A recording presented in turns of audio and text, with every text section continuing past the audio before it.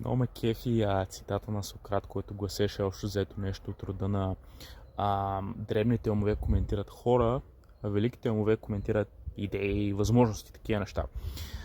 Един вид, какво значи това, че първо ти можеш да си кажеш, нали, да сочиш пръст към другите, не виж го той колко е зле, аз се справям по-добре, той нещо не разбира, аз разбирам нещата.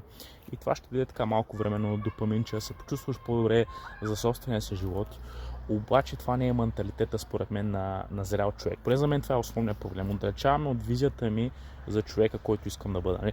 Искаш ли си, сериозно искаш ли си този пич, който е, нали, сочещия пръсти, оплакващия се, дето е само някаква легенда в собствения си ум, вместо пича, който се стреми да създава готини неща, гради нещо готино собствено. Не искаш да си клюкарката, така да се каже, не искаш да си този човек, най-вероятно. И затова е по-добре да се насочиш фокуса върху това, което ти правиш, да направиш готини неща, да мислиш какво е възможно, как мога да изградя нещо готино, да се развивам, да развивам неща, да създавам неща, вместо, нали, да насочваш фокуса си, нали, той е зле, аз съм по-добре от него, нека да кажа моето мнение за този човек. Просто така много дребнаво мислене и лузърско мислене. Поне те, които съм виждал в живота да успяват най-много, те са фокусирани върху собственото си нещо, те какво правят, а не какво правят другите чак толкова.